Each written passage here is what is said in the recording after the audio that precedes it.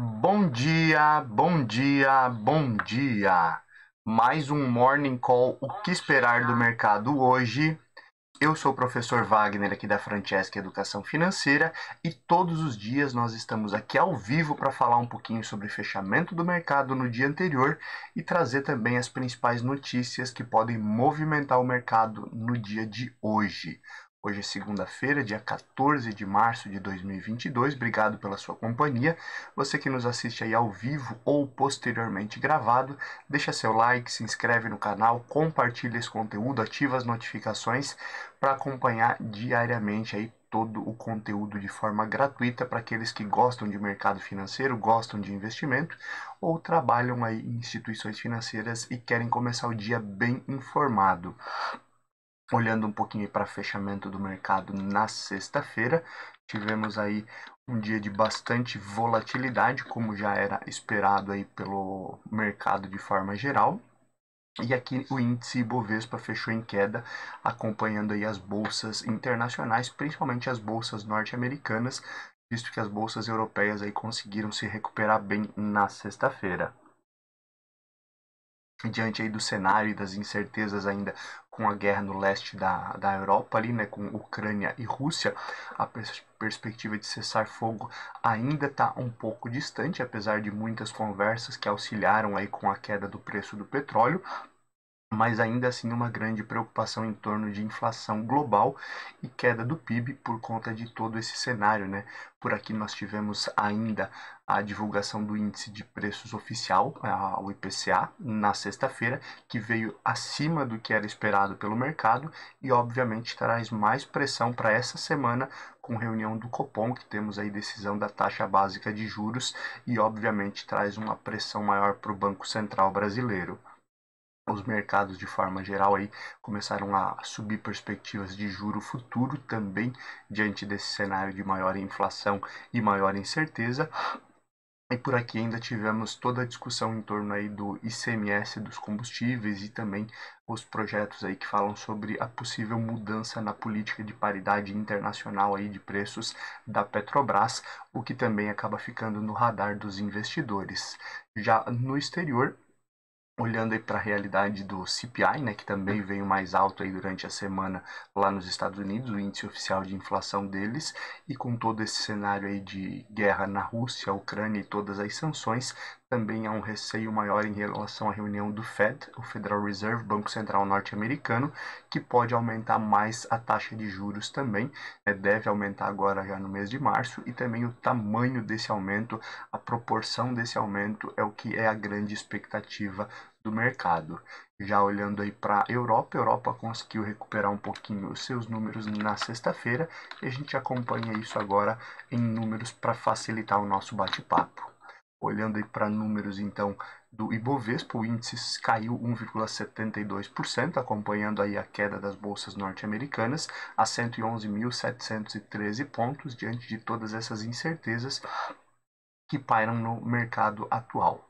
Olhando para o dólar subiu um pouco, né? Acaba aí os investidores indo em busca aí de uma moeda forte aí para buscar refúgio. O dólar acaba sendo uma dessas opções e chegou aos R$ 5,05, uma alta de 0,73%. As bolsas norte-americanas, temos Nasdaq, a bolsa de tecnologia, caindo 2,18% a 12.843 pontos, o índice S&P 500 caindo 1,30% a 4.204 pontos e o índice Dow Jones caindo 0,69% a 32.944 pontos, números de fechamento das bolsas norte-americanas na sexta-feira, dia 11. Olhando para os demais mercados, tivemos aí o euro caindo 0,09%, chegando aí, se mantendo na casa dos R$ 5,50. E olhando aí para as bolsas europeias, elas conseguiram fechar aí no geral em alta na sexta-feira. DAX na Alemanha subiu 1,38% a 13.628 pontos. O CAC na França subiu 0,85% a 6.260 pontos. E no Reino Unido uma alta de 0,80%, com a bolsa fechando a 7.155 pontos na sexta-feira, dia 11. bolsas asiáticas haviam fechado aí em sentidos opostos ali na semana passada, sexta-feira. China a 12.447 pontos, que alta de 0,62%, e a bolsa japonesa Nikkei a 25.162 pontos, uma queda de 2,05%. Olhando também um pouquinho para cenário de cripto, nós tivemos aí as criptomoedas caindo também, uma queda um pouco menor do que outros dias da semana passada. O Bitcoin aí caiu 1,15%, números de fechamento do dia 11, e o Ethereum caindo 1,85%, as duas principais criptomoedas aí que nós temos negociadas atualmente.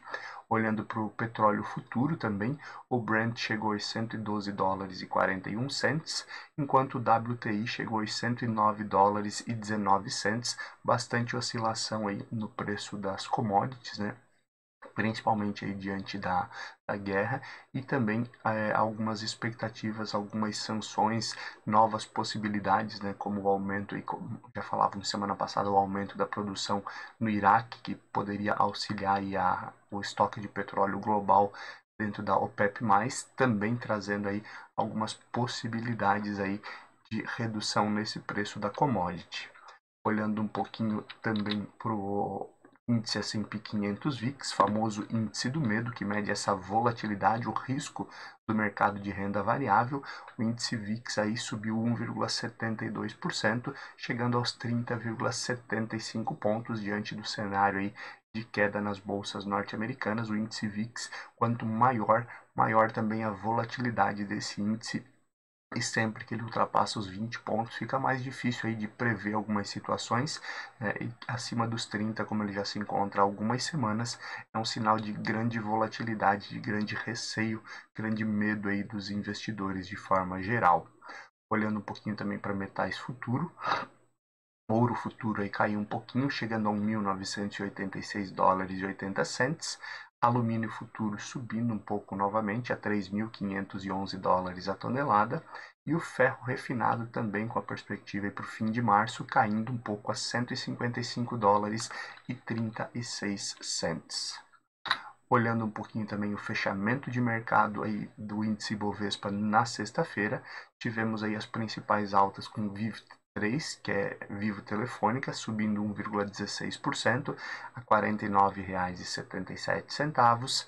Tinha S3 subindo 0,95% a R$ 12,78. KLBN11 Klabin subindo 0,87% a R$ 25,58. Minerva BIF3 também subindo 0,53% a R$ 11,28. E SUSB3 Suzano Brasil subindo 0,41% a R$ 61,08. Fechamento aí das principais altas de ações que compõem o índice Bovespa na sexta-feira, dia 11. Já as principais baixas aí ficaram por conta de MRV3, MRV caindo 12,14% a R$ 10,42. Cash 3, que é Melius, também caindo 8,37% a R$ 1,97. Marfrig MRFG3 caindo 6,85% a R$ 20,25. Amer 3 lojas americanas aí caindo 6,82% a R$ 24,88. E EZTC3 EZTEC caindo 6,44% a R$ 15,58. Números aí de fechamento do mercado na sexta-feira, dia 11. Trazendo um pouquinho as principais notícias e indicadores que vale a pena ficar de olho no dia de hoje. Hoje temos Boletim Focus, né? Talvez trazendo um pouco aí da perspectiva aí já do mercado para aumento de taxa de juros e também refletindo um pouco a inflação divulgada na sexta-feira.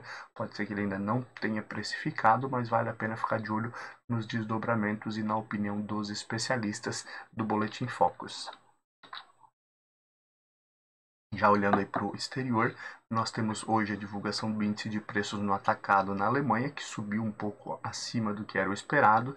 Temos balança comercial na França, discurso aí de membros do Banco Central Europeu após aí as definições de política monetária na semana passada, onde foi reforçado aí que não houve aumento de taxa de juros, mas foi acelerado a retirada de estímulos. Isso obviamente tem um peso grande para o mercado. Tem aí também o encontro do Eurogrupo, que é o encontro das lideranças aí da maioria dos países na Europa, também falando um pouquinho aí sobre próximos passos da economia e também sobre política monetária, então um indicador importante para ficar de olho.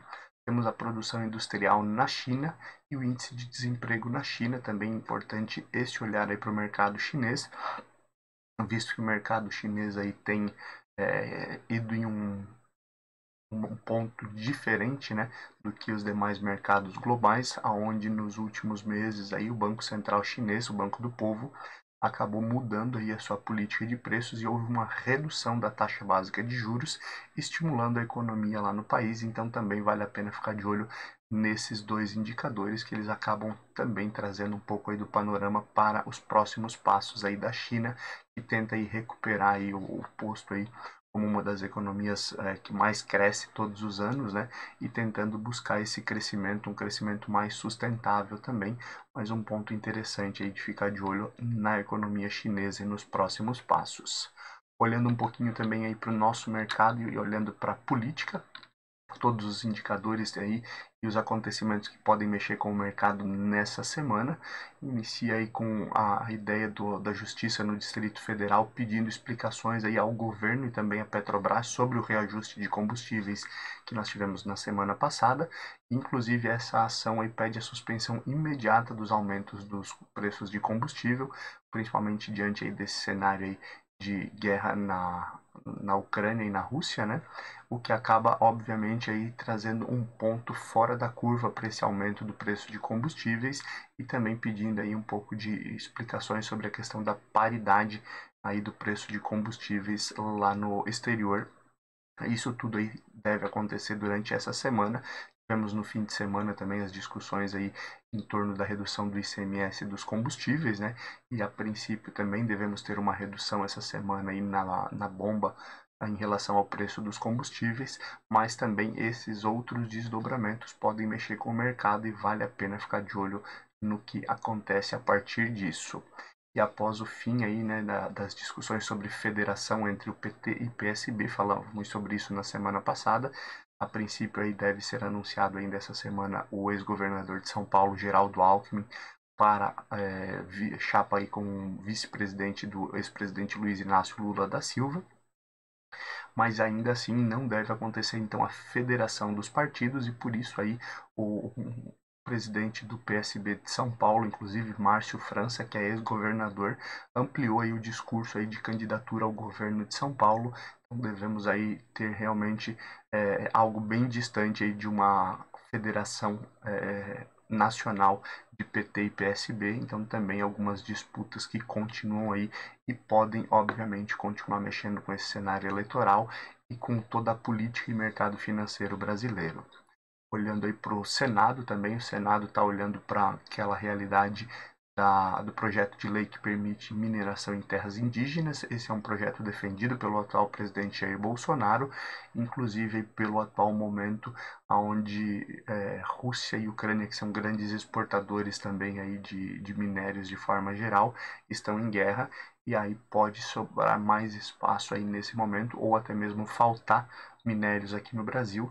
Por isso, então, esse projeto deve ser discutido durante toda essa semana e o presidente do Senado, Rodrigo Pacheco, já disse que vai passar por todos os ritos esse projeto e será bem analisado antes de uma decisão final. Então, vale a pena ficar de olho também nesses desdobramentos.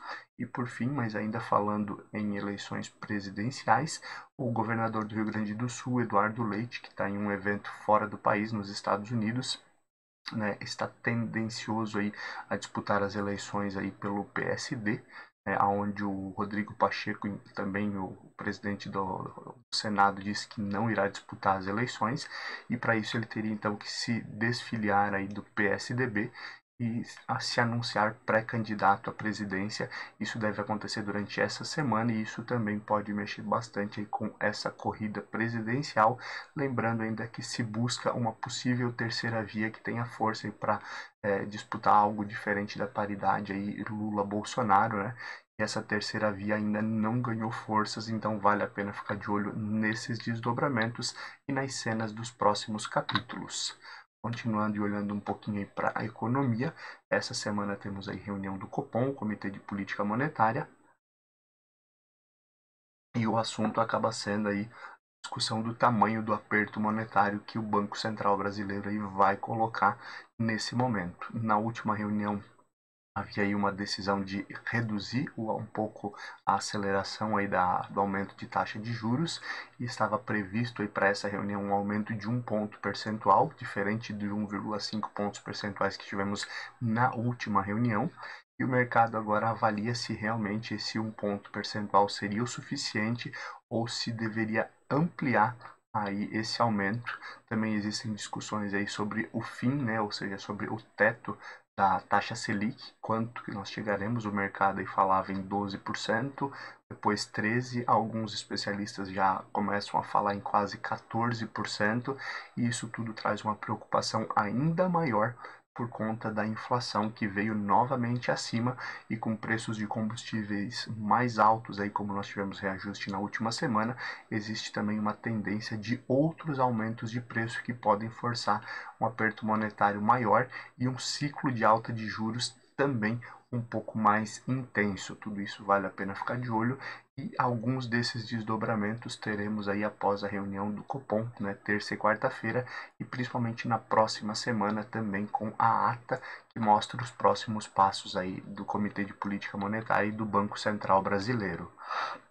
Olhando um pouquinho também para o fluxo de capital estrangeiro, a B3 Bolsa Brasileira recebeu aí, em 3 meses do ano, né, mais da metade de todo o capital estrangeiro aí que foi recebido em 2021.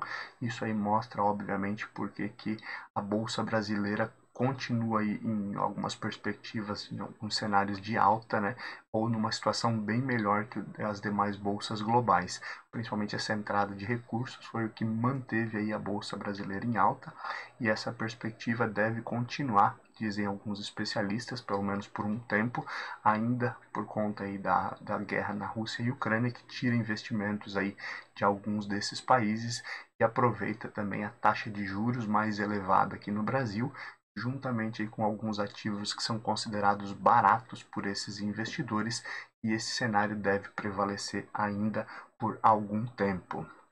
O governo também avalia aí a continuidade dessa guerra e também pode instituir uma isenção aí para importação de fertilizantes, né? Lembrando aí, a Rússia era responsável aí por quase 40% aí do fertilizante que o Brasil importava, e obviamente com esse cenário aí isso acaba prejudicando o agronegócio, né, que precisa aí de fertilizantes de forma geral, e o Brasil pode ter que buscar novas opções, isso obviamente aí mexendo diretamente aí com o mercado, e aí por isso essa redução no imposto de importação pode ser necessário. O ministro da Economia Paulo Guedes e outros colegas ali já começam a trabalhar nesse sentido para conseguir reduzir ou até mesmo zerar o imposto de importação sobre fertilizantes para garantir um bom desempenho aí do agronegócio brasileiro e garantir também abastecimento aí para a população na questão de alimentos de forma geral. E na sexta-feira, o Banco Central anunciou aí algumas mudanças nas regras aí, na regulamentação de fintechs, principalmente, e os especialistas aí começam a ver como um nível de maturidade maior do cenário do Banco Central brasileiro em relação às fintechs e também uma maior possibilidade aí de inovação para o mercado bancário. Basicamente, aí, essa regulação aí das fintechs, ela vai ter níveis, né, conforme o tamanho da fintech, ela tem que cumprir alguns novos requisitos, e as fintechs menores elas terão aí mais possibilidades talvez de trabalhar com inovação, e conforme forem crescendo, se adequando mais ao mercado bancário brasileiro e mais próximo aí também da realidade aí de outras instituições financeiras, outros bancões aqui no país. Então isso também pode mexer bastante aí com a questão da economia, trazendo mais maturidade e principalmente inovação no mercado bancário. Continuando e olhando um pouquinho para o setor corporativo e aquilo que pode mexer com o mercado nessa semana, a Allianz já havia falado aí numa possível fusão ou compra da BR Malls, volta aí ao páreo nessa questão e leva em mais de 10% o preço aí por ação e vai convocar assembleias para essa possível compra de BR Malls, então também podemos ter mudanças nesse sentido durante essa semana e obviamente mexer bastante aí com alguns setores do mercado financeiro e mercado corporativo brasileiro. Sempre reforçando que aqui a gente não traz nenhuma recomendação de compra ou venda, mas simplesmente notícias que podem mexer com alguns setores ou com todo o ambiente corporativo brasileiro. Olhando um pouquinho para outro cenário, a Petrobras pretende votar mudanças no estatuto também da companhia para reduzir aí a interferência do governo. Ela vai chamar a Assembleia e isso também pode mexer com o mercado, lembrando que o governo também é o maior acionista da companhia, mas teremos alguns desdobramentos que podem também ser interessantes e podem impactar o mercado de forma geral. Outra situação que tem mexido bastante aí com o mercado, principalmente o mercado aí de combustíveis, né? Mineradoras e também refinarias, é a questão do debate sobre os preços e subsídios aí ao combustível, que pode também afetar todo o projeto aí de privatizações de refinaria que estava dentro do escopo aí do governo e da própria Petrobras. Também vale a pena então ficar de olho nesses desdobramentos durante essa semana. Algumas empresas, alguns setores, no caso a Saint-Gobain Canalização, que produz aí canos de ferro, né, para diversas áreas, definiu aí que nos próximos meses vai aumentar a produção em 50% para recuperar aí as quedas de produção que tiveram antes e se adequar novamente aí à oferta e demanda de mercado. Então também alguns setores aí que podem ser impactados diretamente com isso. Outro setor aí que tem sofrido bastante aí, né, o setor de logística global, tem sofrido aí já há bastante tempo com falta aí de navios, falta de containers, preços maiores aí de fretes aéreos agora, principalmente com o aumento de combustível, e aí Shopee e outras empresas estão sofrendo com esse gargalo, essa aí que já é uma discussão antiga e com certeza continua impactando o mercado corporativo e o mercado financeiro nos próximos meses também, visto que é difícil aí conseguir reduzir esse gargalo, ainda mais nesse momento em que muitos navios também com bandeiras russas estão proibidos de atracar em alguns portos e tudo isso acaba piorando todo esse gargalo que já era difícil no período antes da guerra. Continuando e olhando aí para a divulgação de balanços, que também tem mexido bastante com o mercado financeiro nas últimas semanas. Hoje tem divulgação de balanços do quarto trimestre de 2021 de ENGIE, de Banco do Brasil, de Itaúsa, de São Martinho e também do Banco Banrisul. Então vale a pena ficar de olho nesses desdobramentos que certamente devem interferir aí no mercado financeiro e também no mercado corporativo global. Já são 6h15 da manhã, olhando um pouquinho para abertura e fechamento de mercado.